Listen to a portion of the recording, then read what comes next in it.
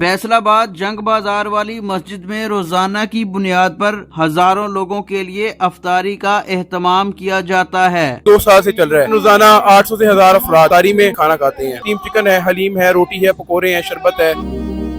भाई ये बताएं कि ये जो आप माशाल्लाह आपने सिलसिला शुरू किया सहर अफ्तार का, कब से चला रहे हैं? ये अल्हम्दुलिल्लाह जो सहर अफ्तारी का यहाँ पे सिलसिला चल रहा है मस्जिद में, वो तकरीबन 2 साल से चल रहा है और वो यहाँ के सज्जादा नशीन की तरफ से दिया जाता है और इसमें किसी किस्म की कोई भी डोनेशन ना ली जाती है और ना इसमें किसी कोई भी पैसे ना लिए जाते ना मांगे जाते हैं। और इसमें तकरीबन रोजाना 800 से 1000 अफराद, 700 से 1000 इफ्तारी में और तकरीबन 200 से 500 अफराद सहरी के अंदर खाना खाते हैं। अगर हम देखें तो ये फैसलाबाद की सबसे बड़ी मस्जिद है और सबसे मशहूर मस्जिद है, तो ये तिजारती मरकज के दौरान के करीब भी है।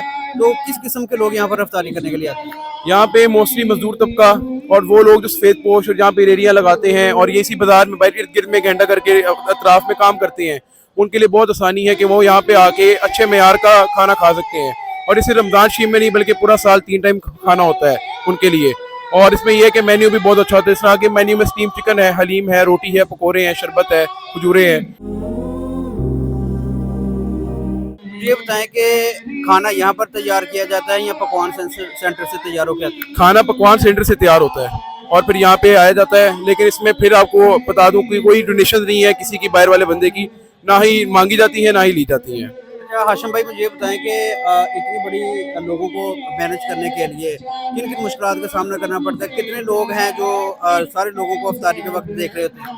यहाँ पे वैसे इफ्तारी में तकरीबन 15 से 20 वॉलंटियर्स होते हैं जो हायर्ड नहीं है, लेकिन वो खुद अपने आप वॉलंटियर करते हैं और सारा मैनेज करते हैं। तो अल्हम्दुलिल्लाह मैनेज हो जाता है। मुश्किलात तो आती हैं लेकिन जाहिर बात है कि काफ़ी वॉलंटियर्स हैं तो आसानी हो जाती है। जो डोनेशन आती हैं या जो पैसा आता है वो कहाँ से आता है? कोई मखसूस लोग हैं जो इसको माली तौर पर मदद करते हैं या सारे इंतजामिया खुद ही देखती है? ये मखसूस तौर पे कोई भी नहीं करता, ये मस्जिद की अपनी इंतजामिया की तरफ से किया जाता है और मस्जिद की तरफ से ही, क्योंकि ये सबसे बड़ी मस्जिद है फैसलाबाद की, तो इस मस्जिद की तरफ से ही लोगों के लिए किया जाता है।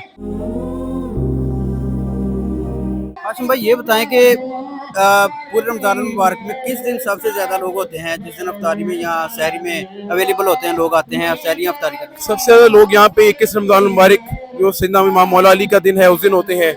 27 रमजान मुबारक होते हैं और 9 रमजान मुबारक। ये 3 दिन ऐसे हैं कि यहाँ पे इस दिन बहुत ज्यादा रश होता है। तो सहरी के हवाले से बताइएगा कि सहरी के अंदर कितने लोग होते हैं और तैयारी कब से करनी शुरू करते हैं? कितना टाइम लगता है इतने लोगों को सहरी और अफ्तारी करवाने के लिए?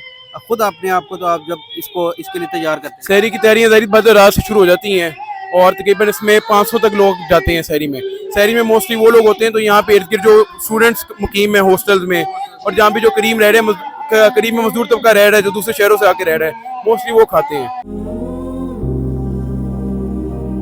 ये बहुत अच्छा इकदाम है कि आप जो है उस नेकी की फ़ज़ा को कायम किए हुए हैं। लोगों के लिए क्या पैगाम है?